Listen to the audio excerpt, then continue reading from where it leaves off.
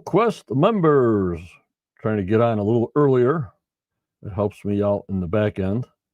And I hope people with notifications see that. If not, they watch it a little bit later. That's how the internet goes. So I hope the notification bells are going off, and we'll see how that goes.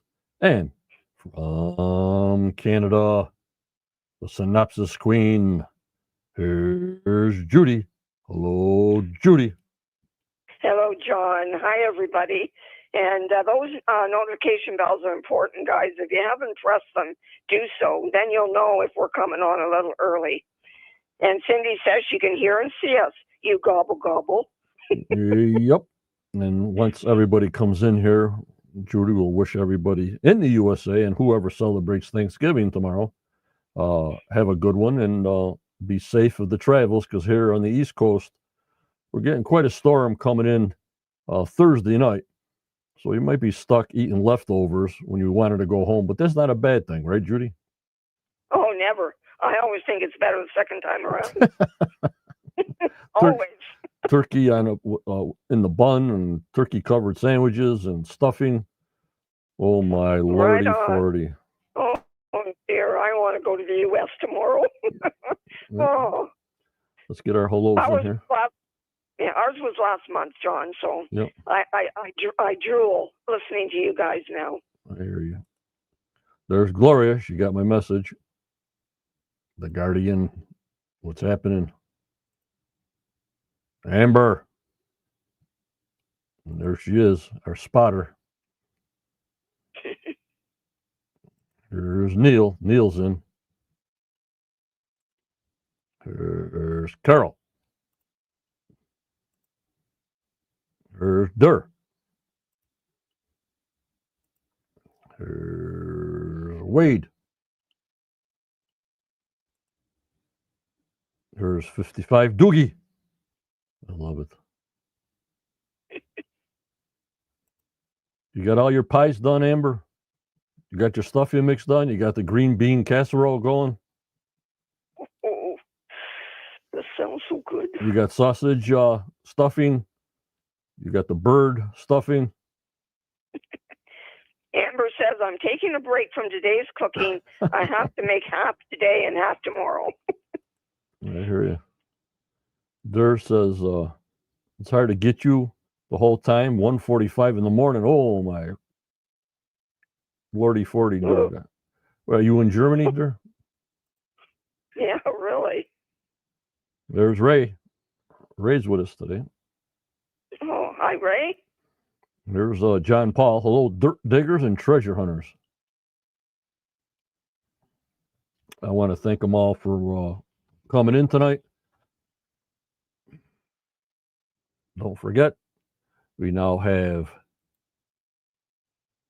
a Quest certificate from me and from our channel. That's all you have to do is type in #cert, and you can win a certificate mailed to wherever you are around the world. Hello, Tammy. There's Tammy. Hi, Tammy. Glad to see you, hon. Oh, creamed pearl onions. That sounds good. I like onions, but they don't like me. That does sound good. The turkey's in the brine till tomorrow. Soaking. I hear you, Amber.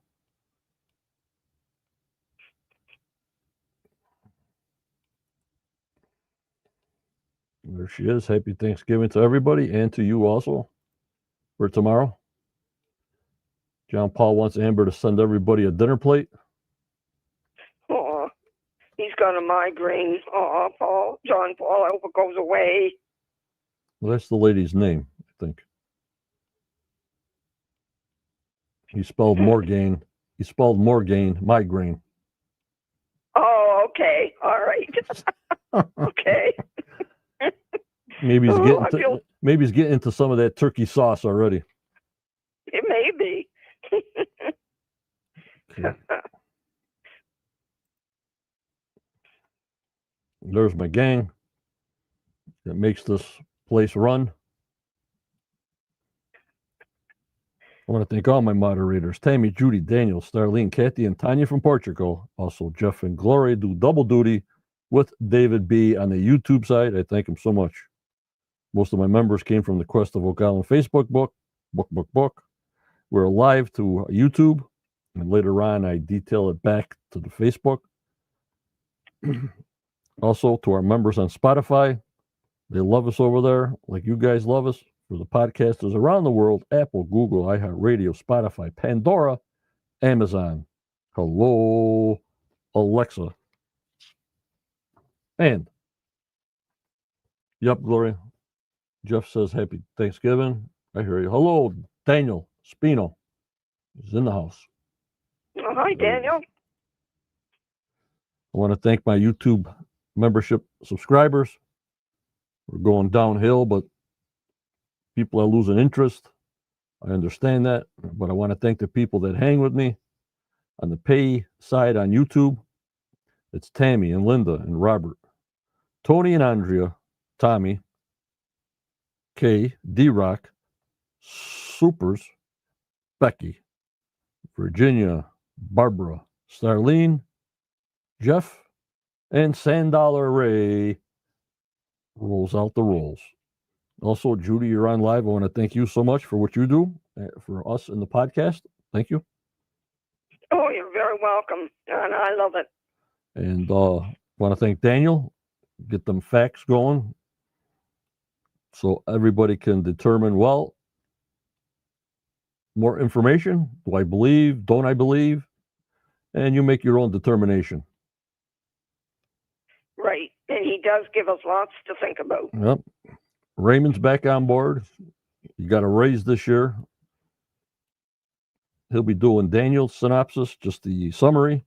You want to see all his pictures and details, you go to the Oak Island Competitorman. We also support Tony Sampson with the Salty Dog Tours. There's Daniel and Charlotte's Competitorman Returns. Used to be the Black House blog.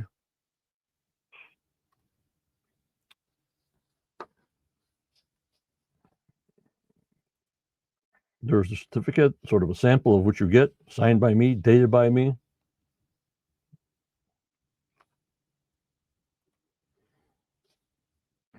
This is December's schedule. Hello, Brenda. It's posted all over, just to give you an idea of the titles.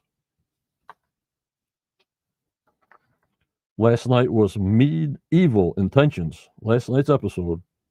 And next Tuesday, the 25th, was The Smoking Gun was titled last night, Judy?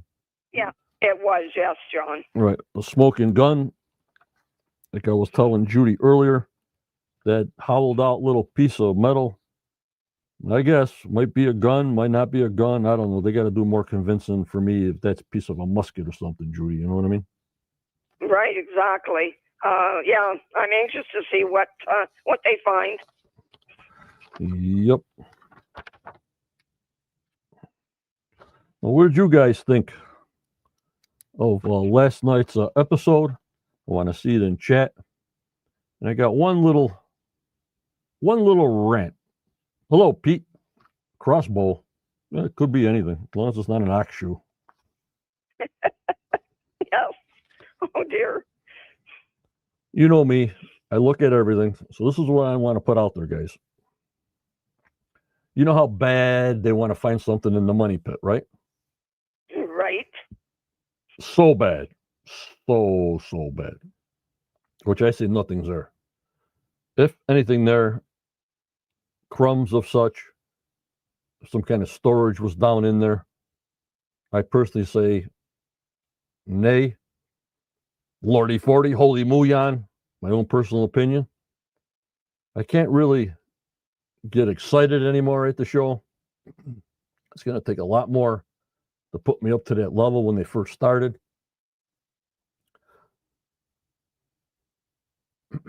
So, hello, teapots. Maybe no arrowheads, no conflict or food.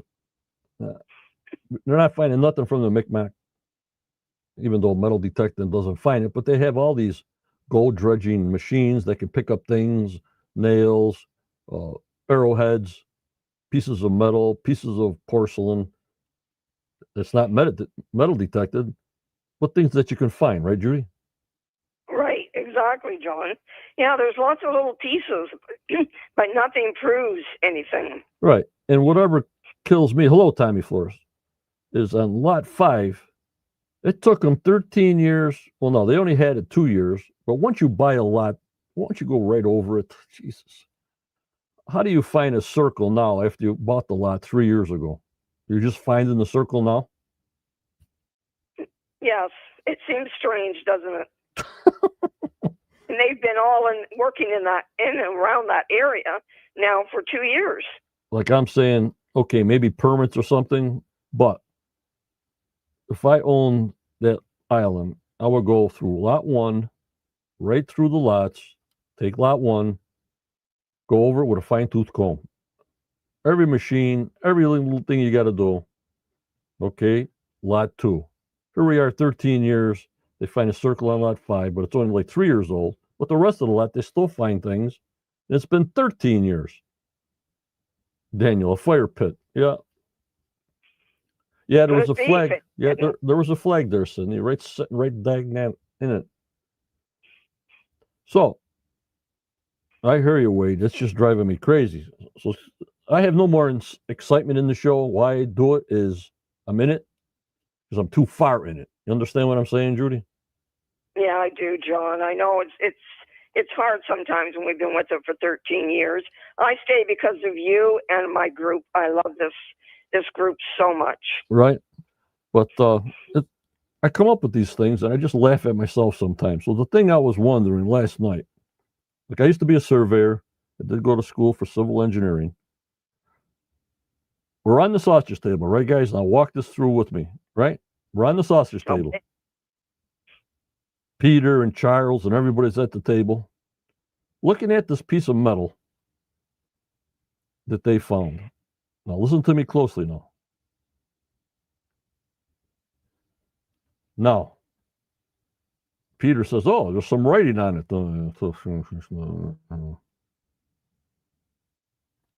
Writing, but this is before they come over and say it was part of a nub on the drill head, okay? But they know this before they put it online and put it on TV to show us, right, guys? Yes, I would think so, John. All right. Now, when Charles has got the metal detector pointer on the sausage table, where did the pointer go? It wasn't in the mush. It wasn't in the solution channel, but it was in a lot of white rock, soft white rock, or broke up white rock. You guys follow me? Yes. All right. So when he's got the pointer inside the bedrock, my brain went crazy. Hello, Kathy, the Hook. Thanks for coming in. Hi, Kathy. That money pit is so full of junk, metal, wood, and such. Did you ever see bedrock chewed up? No. How does the bedrock get chewed up? By the drill. So when the drill's going down, hits a void, they somehow reattach that drill that must have dropped straight down the hole and sort of stayed up in the void for it to reconnect, or they just put another piece on. Whatever that drill is drilling down is pushing all the junk from up above them. I think they went 220 feet. So for 200 feet, they're drilling and pushing that stuff all the way down. You follow me? Yes, we do. So all that junk, and then they drilled into bedrock. Bedrock, as far as I know, once you get the bedrock, that's solid bedrock. That's not chipped up. It's not like stones all over the place. It's bedrock. They drill into there to do foundations. They drill into there to put the pylons in there, whatever they got to put in. They hit bedrock to put a foundation in there. You guys follow me? Yes. But they knew all this before they produced the show and showed us. I say, why even show us that? That gets me more discouraged that they're trying so hard to find something in the money pit that they still showed it to the world. Hello, Giselle. What do you guys think of that? Yeah, John. So are you saying that when they drill into the bedrock, it won't make it into a kind of a soft substance like that? Yes, when they drilled into the bedrock or the limestone, they grounded it up. Pushing that metal piece that was on the drill down in there. It didn't just float. It just didn't float 220 feet down. Oh, so the coins are in the bedrock. Bedrock is solid. Right. So Daniel Spino, explain that to me.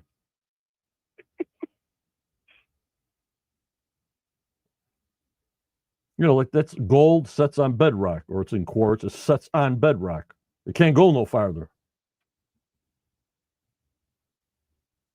Know what I mean now, Judy? Yes, exactly, John. They are looking for what they want to find, and every time they find something, they say that's what it is, and then it turns out not to be that.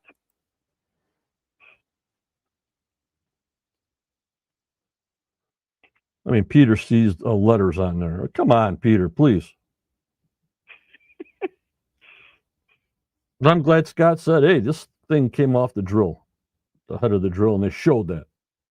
But I wouldn't want to even see that. If I was the producer, I wouldn't even put that in there. Just, okay, we're going to a new hole. We're going to a new hole. And that's it, you know.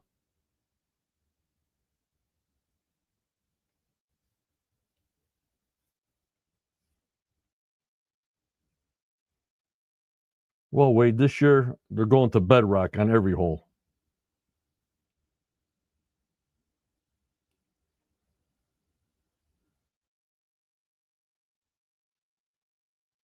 They can drill through bedrock, Amber.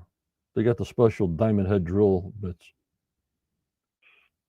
But as it was shown on the sausage table, that's that white stuff is bedrock. They didn't say it was limestone, I don't think. Limestone gets worn away even if water's running through it. You know what I mean? That's how they make the caves. That's how they have the voids. The limestone wears away, and you got a void there if it don't collapse on itself. You know, Judy?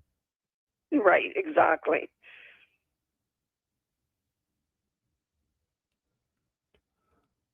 There's Scott. Thank you for your donation, Scott. Every little bit helps. I want to thank you publicly. So that was my deal on the sausage table. The scissors is like, well, whatever. I don't know. You know, and that thing they're trying to tie into the cross. I have no excitement left. And don't forget, if you guys want a certificate, please put in #cert. We got 5 entries so far. So you'll have something for me and the Quest gang here for this year for season 13. You'll have a number behind the certificate. And at the end of the season, somebody will win 50 marbles of granite. John Daniel says they said previously the bedrock in that area was limestone. Okay, so it's limestone. But it's not loose. Limestone is in blocks. Right.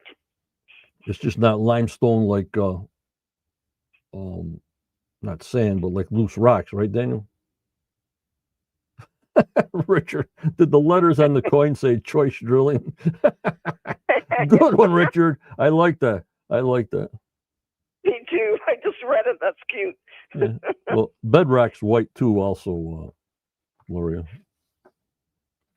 So that's good for a preview. It's good for a promo. Oh, they found some metal. Oh, metal coins. The treasure is close by. So I'm just sick of that. You know what I mean, guys? I'm just sick of that. But we watch. We're into the end. And that's show business. You know what I mean?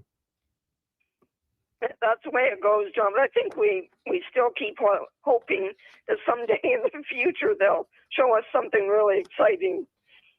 I don't think so. I tend to agree with you, but I still hope.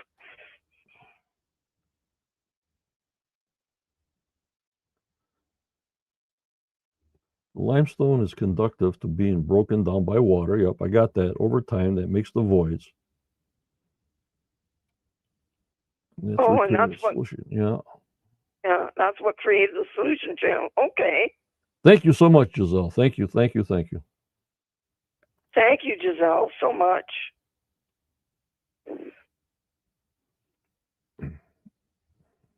And that's what I'm saying, though. That's what they drilled into. You say it's limestone, not bedrock, but yet the limestone is broken down. But I don't think it's all loose rocks of limestone. That's what I'm saying. That's what I'm trying to get an answer for. Right. Is it broken down from the drill? Sure, the drill drills through all this stuff. I mean, why did they find it to the bottom? You know what I mean? Yup, the solution channel is now the new money pit. You got it right, John Paul. Yeah, exactly. And that's why they're drilling to bedrock or limestone all season. They're going right down.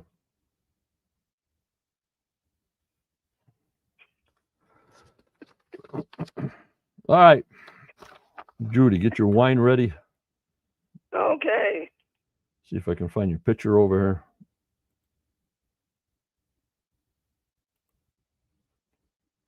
There's Judy, our synopsis queen, ready to talk to the whole world on her synopsis from yesterday. So, Judy, it's all yours. Go ahead. Thank you. So we're season 13, episode 4, The Smoking Gun.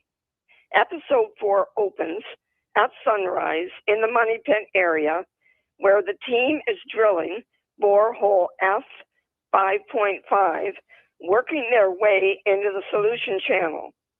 They are drilling close to borehole F4, where they found the highest levels of gold and silver. Of course, it is the team's hope that this means treasure below. Next, we go to the western region of the swamp where they started digging last week. This 50-foot by 50-foot area was where they found pieces of large stakes, and they find many more today. The team thinks it is strange that the stakes are not in a line, but all over the area. There also looks to be a layer of rocks beneath the top layer of sand, similar to both the stone road and the paved area on the eastern side of the swamp. They decide to have the stakes C4 tested and call in Ian Spooner for his thoughts on the area.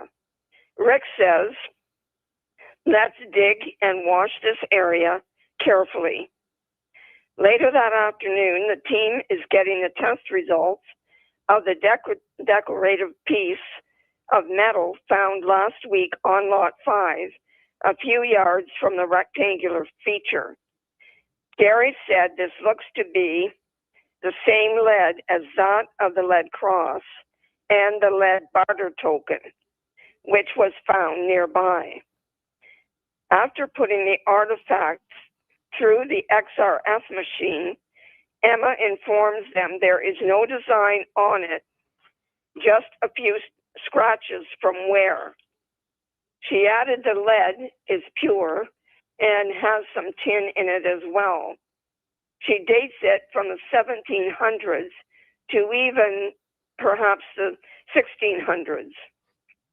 Laird points out the knot on the top is strange, and he asks Emma to send the piece away for laser ablation so they can hopefully find out where the lead is from and get the date. The following morning, Ian Spooner has arrived in the western area of the swamp to examine the new rock feature.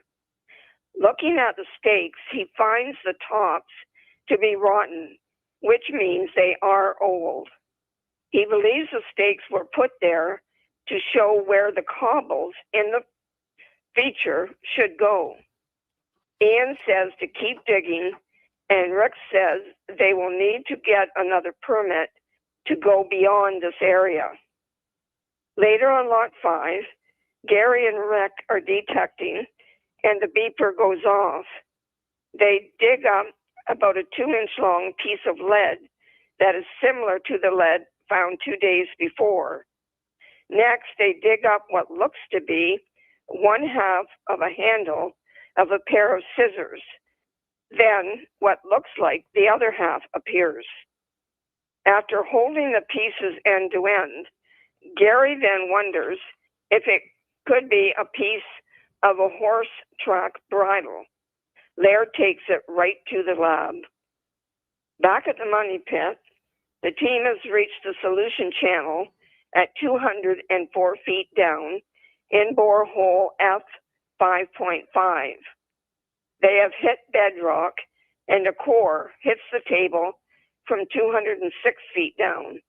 It contains loose, watery material, and a pinpointer beats, and they find a small chunk of metal in the bedrock. Of course, they think it could be one half of a coin, but Scott arrives and informs them this is a button off of a drill bit from work they have performed before. Although disappointed, the team believes there could still be coins down there. It's a new day, and we find the team in the lab getting the test results on the horse tack bridle found yesterday. It turns out the pieces are from a pair of scissors. Emma said they did not fit together to form a bridle. The pieces contain high sodium and chlorine levels, which tells her these items were in salt water a long time. She dates them from the 1700s to even back to the 1600s. Emma says they are from Britain. Laird looks in a book he has of old scissors, and he finds some from the 1600s that look similar. Later that morning, while detecting on Lot 5, Rick and Gary discover a small circle of stones and call Laird over to examine it. He finds rocks layered on top of each other and one rock sitting on its side. Laird believed this was to mark this feature. The archaeologists will dig here to find more information. Episode 4 ends in the western area of the swamp, 40 feet to the north of where they were the day before. They want to find out if the new feature continues on here. They dig up some charcoal like that found on the stone road in the southeast corner. It goes to the lab. They then pull up a piece of iron from beside a boulder, and Gary says it is hand forged and also hollow. He thinks it could be a patronal, which is a 16th or 17th century black powder muzzle-loading firearm, and dates it to the 1500s to 1600s. Off to Emma it goes. Could this be an old firearm? Join us next week, Questers, to hopefully get an answer. And in the meantime, wherever you are in our world, stay safe, please. Very, very professional, Judy. Thank you, Johnny. Thank you. Don't forget out there, if you're celebrating Thanksgiving tomorrow, our Quest family wishes all of you and your family a great Thanksgiving. So I wanted to put that in there now because I guess everybody's in that's going to be in. We only got 7 entries for a certification of a certificate. I really appreciate you guys being in the live shows. Right on.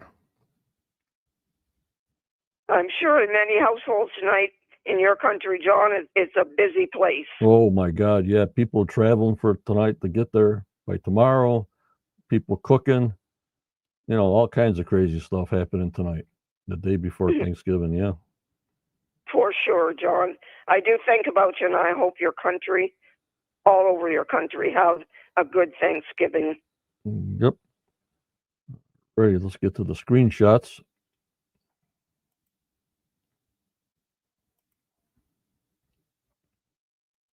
Thank you, everybody, for your praise of my synopsis.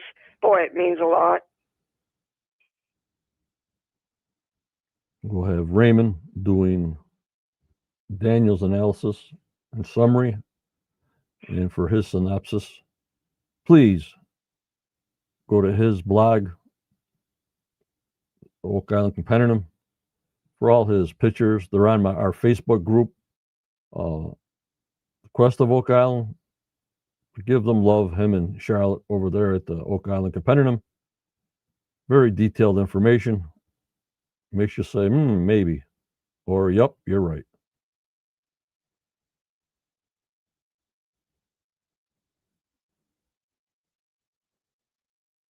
All right, I heard they started out with choice drilling. We're seeing a lot of choice drilling, Judy, in the lab. You notice that? We sure have. Oh, God. A lot of choice drilling. Yeah, you wonder if those guys are getting tired of it, John. What do you mean? They're getting tired of going to the bank every day. Yeah, well, that's true. I haven't thought of that angle yet. There's their website. Thank you, Gloria.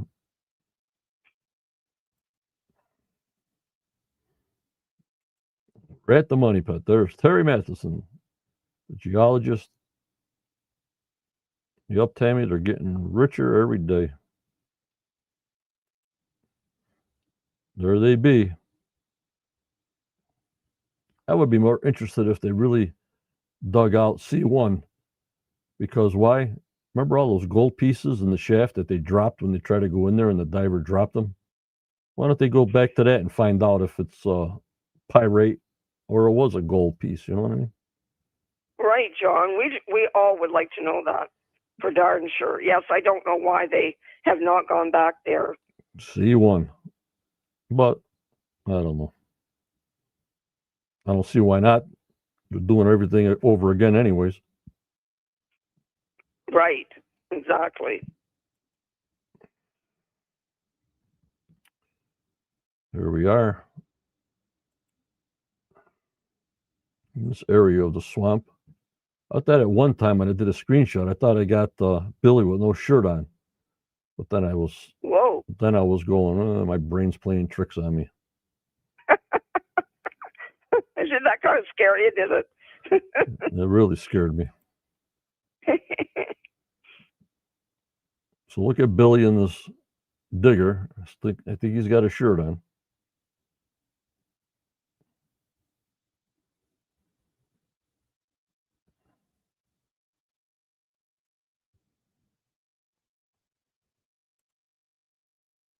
And why would you now think of this, guys, why would it be a bunch of stakes in one area? All right. I'm a farmer. I got oxen on the land. I don't want them to go into the swamp and drown. And how the heck am I going to get another oxen in the early days, right, Judy? Right. Very expensive. No causeway. Well, first I would put a fence up around a swampy area so they don't get stuck in there and drown late at night, or some kind of pen. And then when I'm taking the fence post out, I would throw all the fence posts in one pile. I don't put one fence post there or one fence post there. I would throw them all in one pile if I'm taking a fence apart. Wouldn't you? Yes, I certainly would.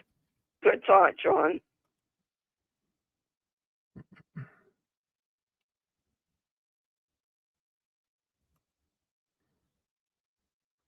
And of course, they're going to be old. Yes.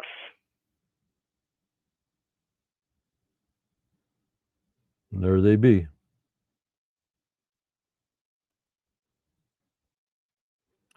Now they're finding another bunch of rocks. Oh my lordy 40. Doesn't it feel like we're going in a big circle? It does. It certainly feels that way. It feels like I'm on a merry-go-round to craziness. Tammy's still sticking to her belief that it's under Fred's shed.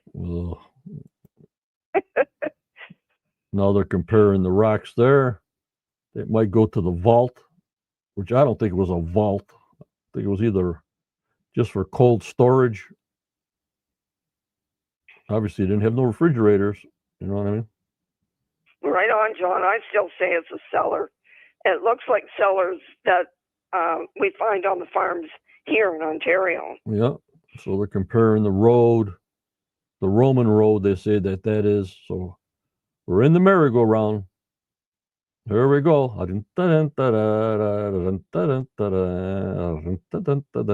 we go. Here we go. That's all they need here is a popcorn machine on the island. That's it. Yep, you got it. We're back to the lab.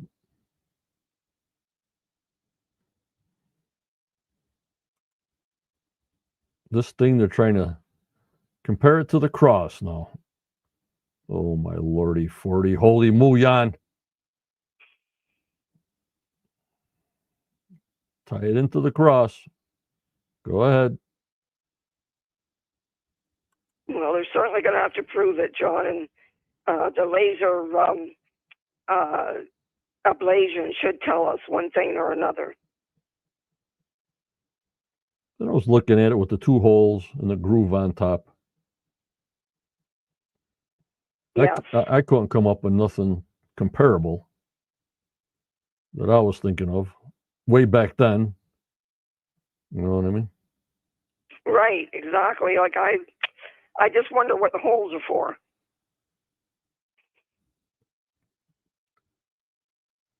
Maybe a latch. I don't know. Could be. That could be. Here we are back at the money pit.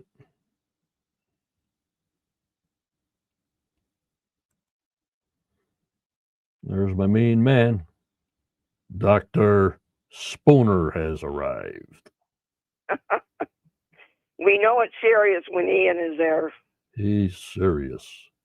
The only thing I really pay attention to, guys, is the gold and silver indicator on where they're drilling on the money pit sausage table, which I'm saying is they go and drill down, they give them some of that dirt or some of that solution muck and see if it's a stronger indicator or is it a weaker indicator when he first measured for gold and silver. You know what I mean, guys?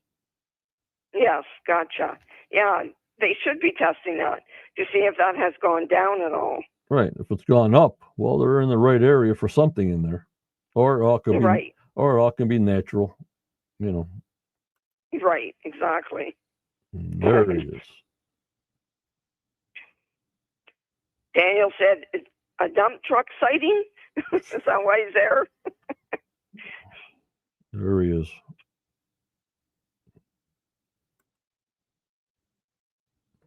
Now, doesn't it look like Billy has no shirt on, or am I cracking up?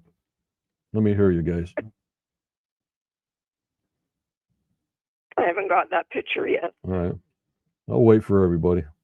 Oh, there it is. It sure does. So maybe it's a skin-colored shirt. Oh, God. I looked at that and I said, you don't have no shirt on. But that's me because I'm all burnt out. So.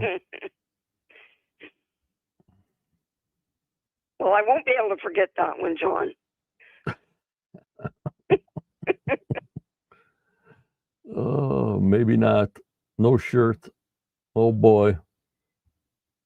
But I don't know. I'm just cracking up, guys. Wade says, I would like to know what happened to shape that looked like a ship in the bog. We all would, Wade, big time. Reagan says no shirt. And these are the areas that they do have permits with, which they got to get more permits to go any farther. But I would think they drilled a lot more than this, or dug up a lot more of the swamp than these areas. You know what I mean? Right. And we just haven't seen it. Plus Eagle Canada with all their little solutions of what's this deep, what's that deep, what metal they found here and there, but we come up empty. Right. Yes.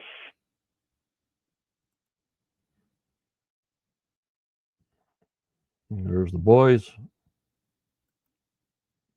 You find this little metal object. I don't know, Scott. That's the way they run their permits, I guess. I don't know. I guess that one time, I don't even know what year it was. We go so many years back, they were going to put the pylons in. Remember? They had an animation of putting all the pylons in the swamp and just digging it right out. But I don't know what happened there. I guess they got refused. No, and obviously it wasn't done.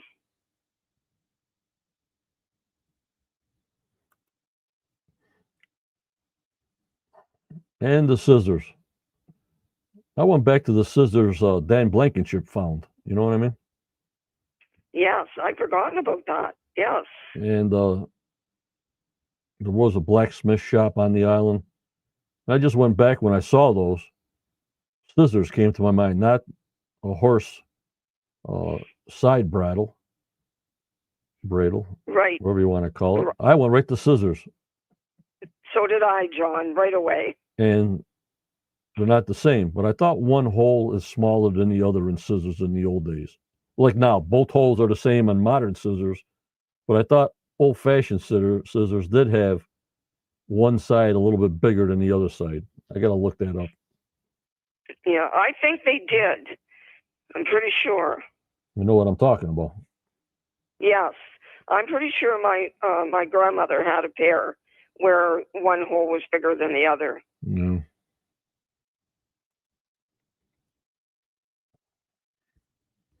Nice picture of the island. I wish they keep on doing advertisements for their other shows on the bottom all the time. You know, Mystery Unearthed next with this and this and that. You know, I hate that. Right. Oh, me too. Leave us alone.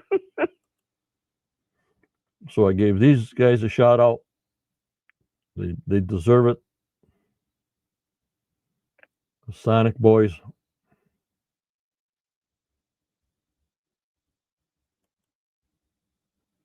Steve. And there they at the sausage table. There's the bedrock, but now we're saying it's limestone, and that's where he has the finder. You see it? Charles stuck right into the white, which I thought was limestone, bedrock. But bedrock or limestone is not all chopped up like that. That's what the drill did. So whatever's on the drill would push it into the limestone. It just can't get into rock. It's like you pushing a nail in a solid rock. How's it going to get in there? Right. True. Yeah, you wonder. Scott did say that they did have an old pair of scissors. Yep, it's in the museum. Yes, right. Yep, that's Frog Island in the back. That's it. If you look at my videos there, we got a lot of drone videos of Frog Island itself. Videos of the drone coming from Gold River. We got it all. Just you'll have to take about 3 years to look at everything we got on our site. Right. It would take a long time. And here's the button that came off the drill. An animation.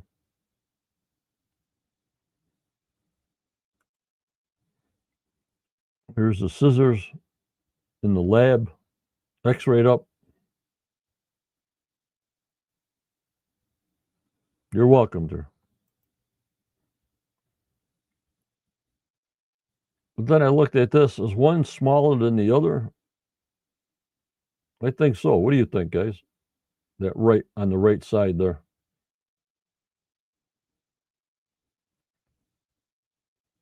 Wow.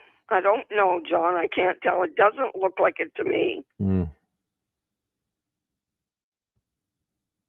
Hello, champion at the bit. We're in the merry-go-round. Oh, that's cute. A song by Harry Chapin, My Whole Life's a Circle. And this is this round figure that supposedly has had a flag in it on lot 5 since they bought it, I guess. Now they're just looking at the circle. Okay. That's what you say. There's some charcoal they can analyze. Or would you say gunpowder? Charcoal? I don't know. Yep, it's hard to say. Yep, there it is. And there's this thing they call, for the title, the smoking gun.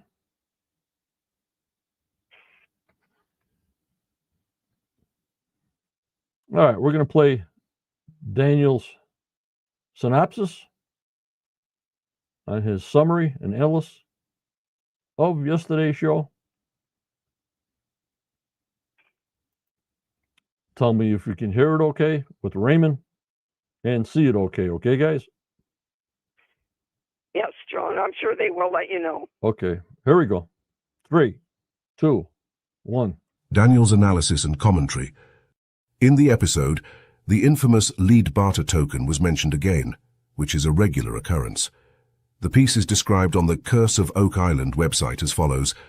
This small disc with scalloped edges was found near the circular depression on Lot 5 in 2022. Laser ablation testing revealed that it may be related to the 14th century French lead cross that was discovered at Smith's Cove in 2017. Could this medieval barter token be another piece of evidence that connects the Knights Templar to the Oak Island mystery? The problem with this finding is it's inaccurate. While the lead in the piece looks to have been repurposed and old, just like the lead in the lead cross, the disc clearly appears to be a whirligig buzzer. This was a toy that was made and used on a string that made a buzzing noise. This type of toy was commonplace among British soldiers and in British North America in the 18th century. It appears that the lead was in the form of a musket ball that was melted down and pressed into a whirligig and found on Oak Island. Yet numismatist Sandy Campbell claimed that the piece was a Roman barter token because he found a similar comparative example in the British Museum's archive. The problem with this was that the archaeological site where it was found was a mixed site of different ages of artifacts in Great Britain. The Roman identification was incorrect, which this author had previously discovered. The piece was taken to Italy by the team during their trip to Rome, where it was confirmed not to be Roman. So that part of the identification was dropped, but it's still identified as a lead barter token, with no evidence to support it. What's interesting about all this is that the artifact clearly has 2 holes on the front of it, which identifies it as a whirligig. Although on the back, one of the holes has been partially filled in from wear and tear. In all the pictures of the piece on the show, it is always displayed with the back view, with the partially filled in hole and not the pictured with the 2 holes. Why would this be so? Please follow our weekly episode analyses during Season 13, along with articles from the original Compendium Blockhouse blog and special investigations and features involving Oak Island. Feel free to reach out to us for questions, comments, information, and any theories to our email, theoakislandcompendium@gmail.com. Please visit www.theoakislandcompendium.com for this entire article and our other content related to the Oak Island mystery. Happy Thanksgiving and good day from the Compendium. Daniel and Charlotte. The Oak Island Compendium, C. 2025. Very good, Daniel. Thank you so much. Daniel always gives us a lot to think about, and I agree with him about the barter token. I do think it's a whirligig because I had one of those when I was a kid. Unbelievable. That was Raymond. We pay Raymond to just say things that are posted so people can hear the audio so they don't actually have to see it, the text, around the world. Very good, Daniel. Very good. All right. Hashtag CERT. We got 10 entries for the certificate from Oak Island, from Quest of Oak Island. Let's see if I can share the screen.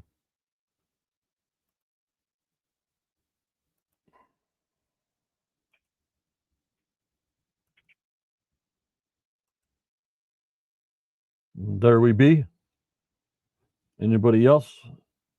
Hashtag CERT.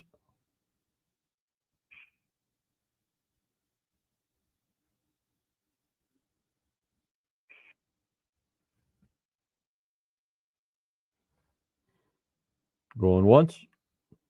Going twice. Oh, there's one. You only have to put it in once. It'll just recognize once. You can put it in 10 times, it'll just recognize once. All right, ready, Judy? Yes, all ready. Good luck, everybody. No. And don't forget, send me your name and address to the Quest of Oak Island at AOL.com so I can get it right out. Here we go. 3, 2, 1. Bingo.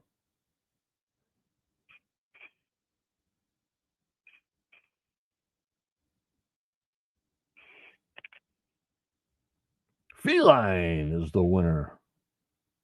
Well, congratulations. And we would love a picture when you get it. Thank you, Gloria. Right on the ball. And there we be. Congratulations.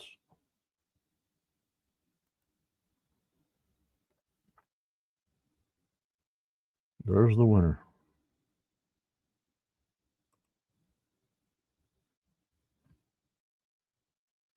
Let me see here.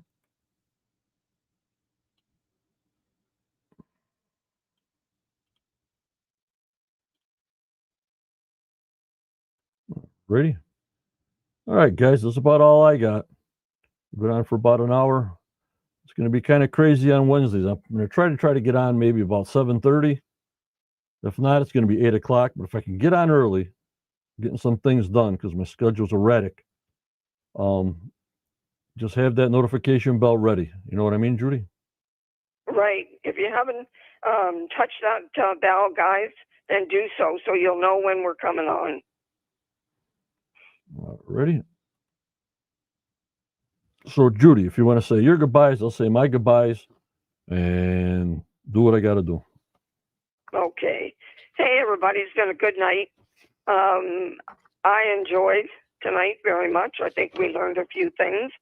I want to thank all of you that took part tonight in chat because it sure helps John and I when you do that. Everybody has a good Thanksgiving in the United States. My heart will be with you all and everyone around the world, wherever you are. I love you, and I will see you next Wednesday night with John. Good night. Okay, thank you, Judy. Okay, bye-bye. Everybody, next Wednesday we'll be on live, 7:30, 8 o'clock. Next Tuesday's show is called Keep On Rockin'. Air date December 2nd, USA only, 9 o'clock, History Channel. It's called Keep On Rockin'. So I thank you guys for coming in, even though I had to come in a little earlier. You guys are the best. But remember, members, what do I tell you? Always go forward. You may get a setback in your life, but just believe in yourself. Believe in your dreams, no matter how old you are. For tomorrow's a never given. In this crazy, crazy world we live in, the world needs a ton of prayers plus extra. So you keep on smiling, you stay safe, like Judy says. you stay strong and keep that positivity going within yourself. Keep that negativity away. Get it out of there, that negativity. Get that positivity going. If you can't, there's a lot of professional people that can help you out, and you'll feel fantastic. Thank you for joining me and Judy tonight. We'll see you next Wednesday at 7:30, 8 p.m. Eastern Time for another live podcast. I hope you enjoyed the show. Thank you. Take care, and bye-bye.